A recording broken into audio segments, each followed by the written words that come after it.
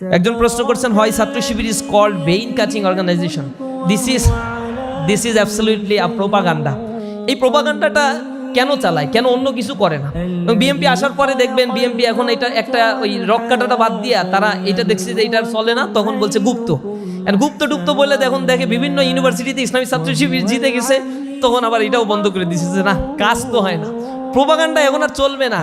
বাংলাদেশে সঠিক রাস্তার পরিশীলিত সৃজনশীল পলিটিক্স যদি করতে পারেন তাহলে সাস্টেইন করবেন, আদারওয়াইজ আপনি স্টুডেন্টদের থেকে বঞ্চিত হয়ে যাবেন, আপনাকে আদারিং করে ফেলবে স্টুডেন্টরাই। ইউ নো দ্যাট এই কোশ্চেন আমাদেরকে এইখানেও করা হয়, আবার কোথায় করে এইখানে স্টুডেন্টরা বলে রাজশাহী করে, রাজশাহী কিন্তু একই কোশ্চেন আমাকে করে। আবার রাজশাহী যাওয়ার পরে বলে চিটাগাং করে, চিটাগাংয়ে গতদিন গিয়েছিলাম একই কোশ্চেন করে। কোথায় যে আসলে কাটে তার কোনো প্রমাণ কেউ দিতে পারে না। 2013 সালে প্রথম আলো পত্রিকা, এটা তো দিল্লির একেবারেই তাবেদারি একটা পত্রিকা, এই প্রথম আলো পত্রিকায় 2013 সালে ইসলামী ছাত্র শিবির রক কাটে এই মর্মে কিছু নিউজ করা হয়েছিল। কারা কেটেছে তাদের নাম আইডেন্টিফাই করেনি। তৎকালীন সময় যে ফ্যাসিস্ট আওয়ামী লীগ ছিল তারা কি ইসলামী ছাত্র শিবিরের সাথে মানে খুব মহরম ধরম ছিল নাকি? এরকম তো ছিল না। আমাদের তো টোটাল গুম কমিশনের রিপোর্ট অনুযায়ী যাদেরকে গুম করা হয়েছিল তাদের মধ্যে সেকেন্ড পজিশনে আছে। প্রথম পজিশন হচ্ছে বাংলাদেশ জাতীয়তাবাদী দল, তাদের মধ্যে ছাত্র দল, তাঁতি দল, কৃষক দল, শ্রমিক দল সব মিলে টিলে 35%। আর সেকেন্ড একটা দল ছাত্র সংগঠন, আর কোনো ছাত্র সংগঠন কিন্তু সেখানে স্থান পায়নি।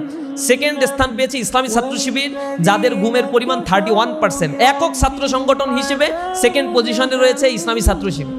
এরপরে আছে জামাত ইসলামী 25%, এরপরে ধারাবাহিকভাবে আরো অর্গানাইজেশন আছে। কিন্তু ছাত্র সংগঠন হিসেবে এককভাবে ইসলামী ছাত্র শিবিরকে দমিত করার জন্য রাষ্ট্রযন্ত্র, বিদেশি প্রোপাগান্ডা মেশিন সব কিছু অ্যাকোমোডেট করে উঠে পড়ে লেগেছিল ইসলামী ছাত্র শিবিরের উপর। এরপরে তো আমাদের অনেক ভাইকে তারা হত্যা করেছে, বিদেশে আমাদেরকে মানে পাঠিয়ে দিয়েছে, দেশে লেখাপড়া শেষ করতে পারে নাই।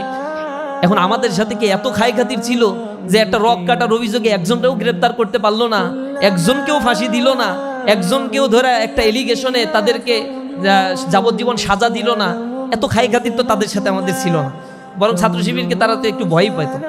এই জুলাই আন্দোলনে প্রথমে বলছে যে এই কাজগুলো করছে হচ্ছে জামাত শিবির বিএমপি, এরপরে একটা পর্যায়ে 15 তারিখে এসে বলছে এটা করতেছে জামাত শিবির, এরপরে গিয়ে 2 তারিখের পরে বলছে শিবিরই করতেছে।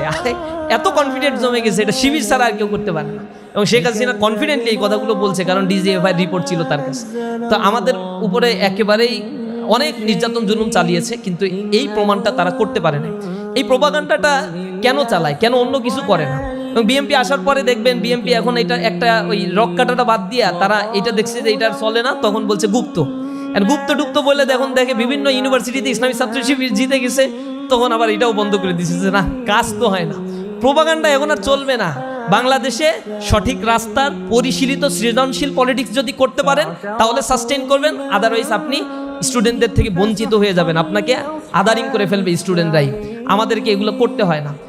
রাসূল করিম সাল্লাল্লাহু আলাইহি সাল্লামের উপরে এই প্রোপাগান্ডাগুলো চালানো হয়েছিল। এই প্রোপাগান্ডা ইসলামী ছাত্র শিবিরের ব্যাপারে তো বলতে পারে না যে ওরা হচ্ছে দর্শন করে, কারণ 5 আগস্টের পর থেকে দর্শনের রিপোর্ট আমার কাছে যা আছে 72টা কেস যেটা ছাত্র দলের মাধ্যমে সংগঠিত হয়েছে, তাদের আভ্যন্তরীণ কোন্দলের মাধ্যমে 185 জন ইতিমধ্যেই শহীদ হয়েছে কিনা আল্লাহ জানে, মারা গেছে। অনেকের জন্য তারা মায়া কান্না করেছে, অনেকের জন্য করে নাই। 2-1 জনের জন্য রাজনীতি করার জন্যই করছে, কিন্তু অন্যরা মারা গেলে এগুলো করে নাই তারা। এ হচ্ছে তাদের অ্যাটিটিউড।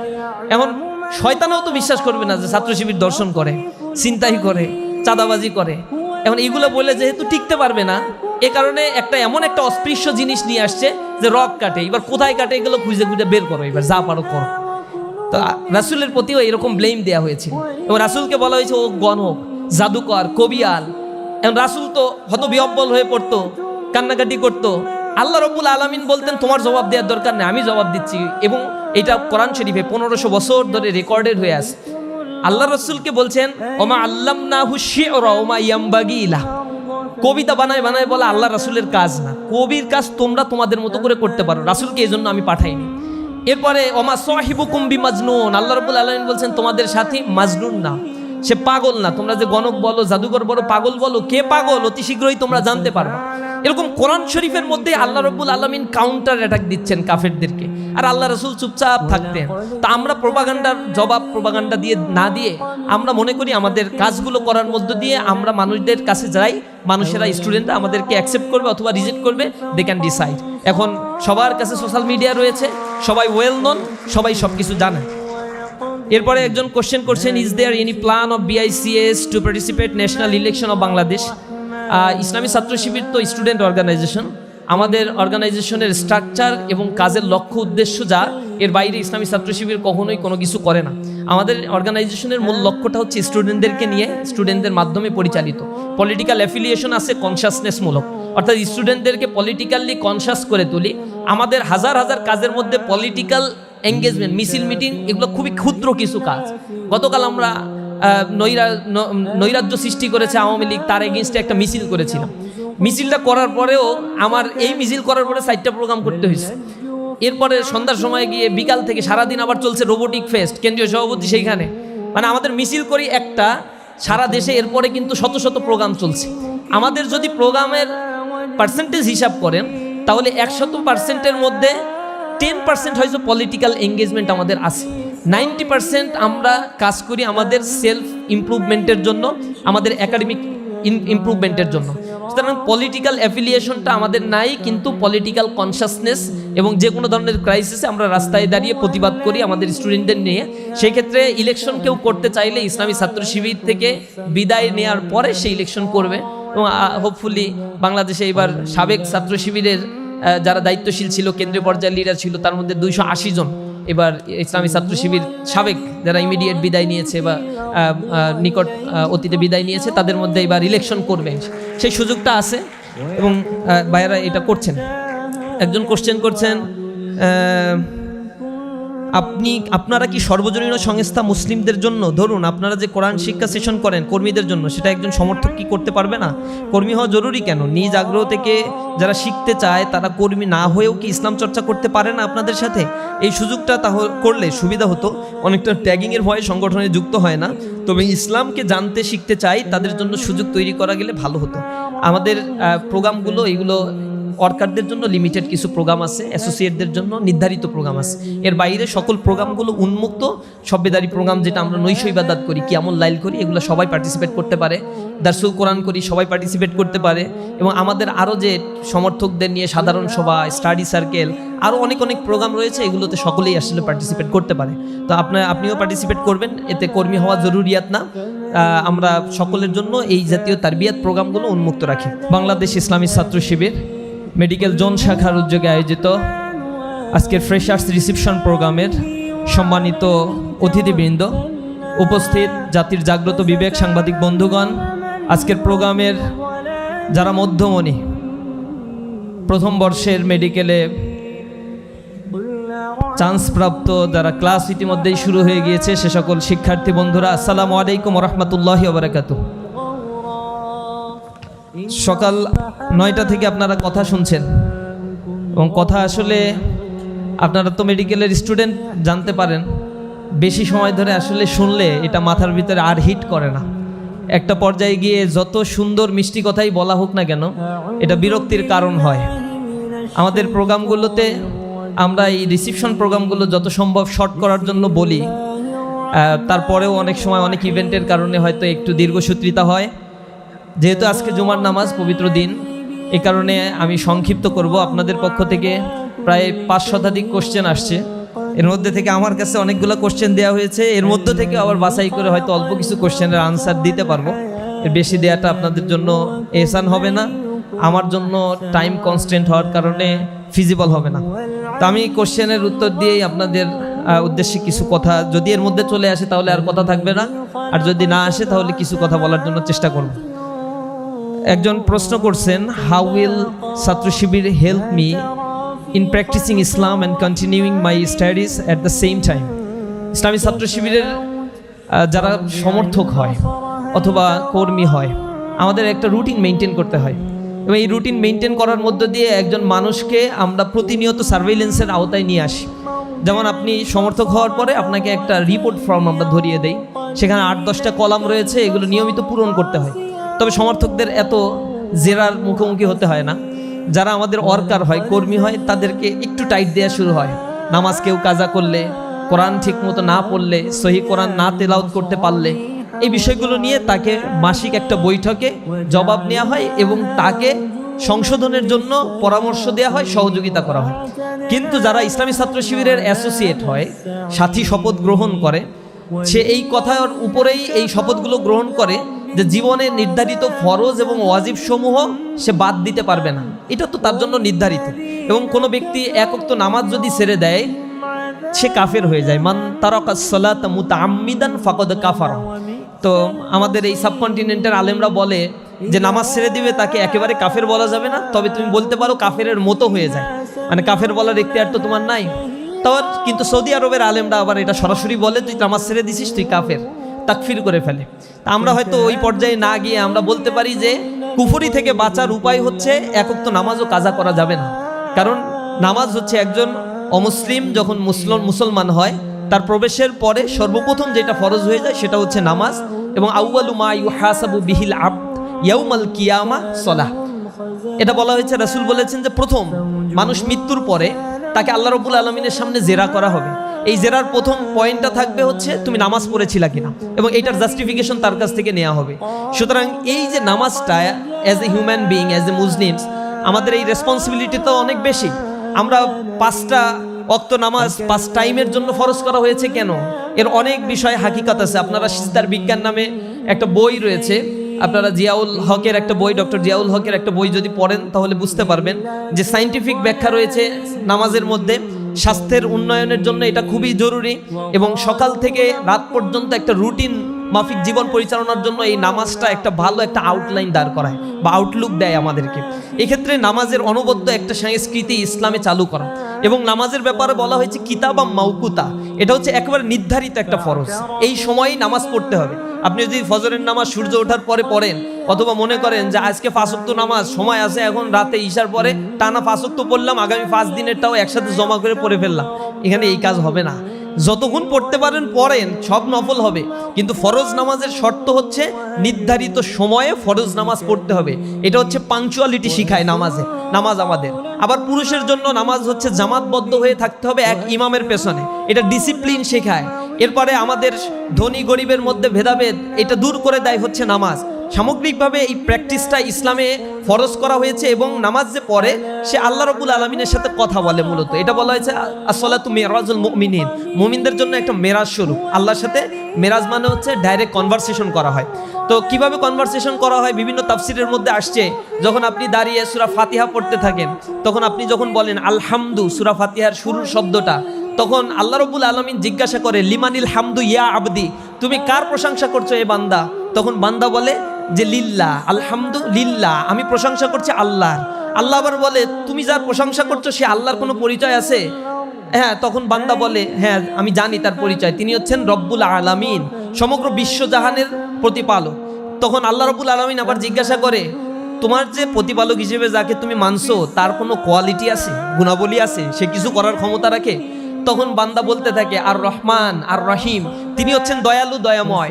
রহমান শব্দটা আরবি গ্রামার সম্বন্ধে যাদের ধারণা রয়েছে, মাদ্রাসা ব্যাকগ্রাউন্ড থেকে পড়েছেন, এর একটা ডেরিভেটিভ আছে। আরবি শব্দের অনেক ডেরিভেটিভ আছে, তার মধ্যে রুট যেগুলো এগুলোকে মাদ্দা বলা হয়। এই রহমান রহিমের মাদ্দা হচ্ছে রহামিম, রেহেম থেকে আসছে।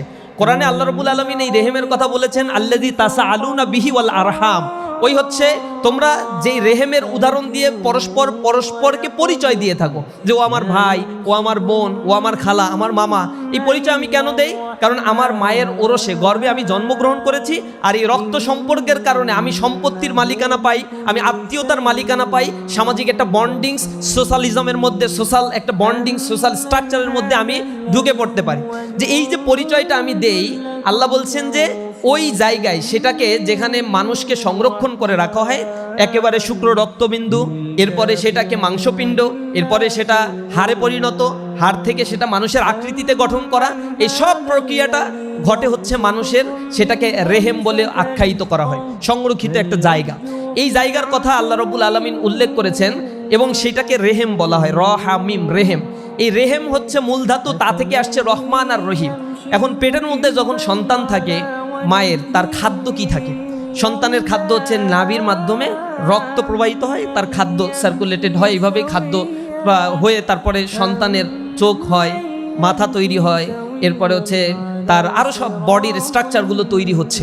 তো ওইখানে আসলে এই জন্য মা আবেদন করে কিনা আল্লাহ রাব্বুল আলামিনের কাছে যে আমার সন্তানের 2টা চোখ দিও, নাক দিও একটা, নাকের 2টা ছিদ্র দিও আল্লাহ, দয়া করে কান একটা 2টা দিও, একটা দিও, মানে একটা রেখে তাকে বাদ দিও না। এরকম আবেদন করার দরকার হয় না, কিডনি 2টা দিয়ে দেয় এজন্য আবেদন করতে হয় না, এমনি এমনি এই গঠনটা হয়। তাহলে এই গঠনটা আসলে কে করে? এত সুনিপুণভাবে গঠন, অথচ একটা কিডনি রিপ্লেস করতে, চোখের একটা রেটিনা নষ্ট হয়ে গেলে এরপরে এর জন্য কত কোটি কোটি টাকা খরচ করে ফেলতে হয়, এরপরেও পূর্বের অবস্থায় ফেরত আসা যায় না।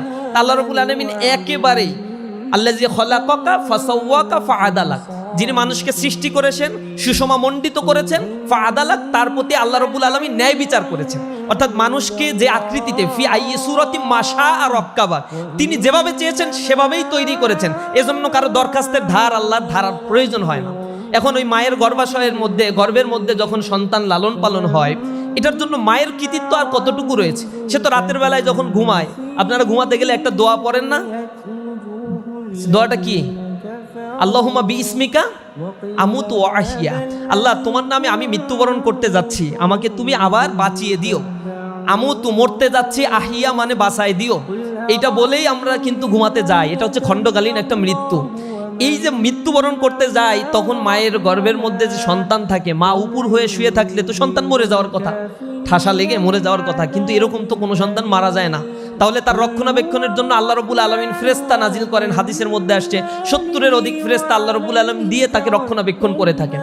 তো ওই গর্ভের মধ্যে তার খাদ্য, তার রক্ষণাবেক্ষণের দায়িত্ব যে আল্লাহ রাব্বুল আলামিন যেভাবে গ্রহণ করে, কোনো ব্যক্তি আল্লাহ রাব্বুল আলামিনকে যদি রব হিসেবে গ্রহণ করে নেয়, তাকে যদি রহমান রহিম হিসেবে গ্রহণ করে নেয়, আল্লাহ দুনিয়াতেও তাকে ওইভাবে রিজিকের ব্যবস্থা করেন যেমনি মায়ের পেটের মধ্যে ওই সন্তানকে আল্লাহ রাব্বুল আলামিন নিরাপত্তা এবং রিজিক দান করে থাকে।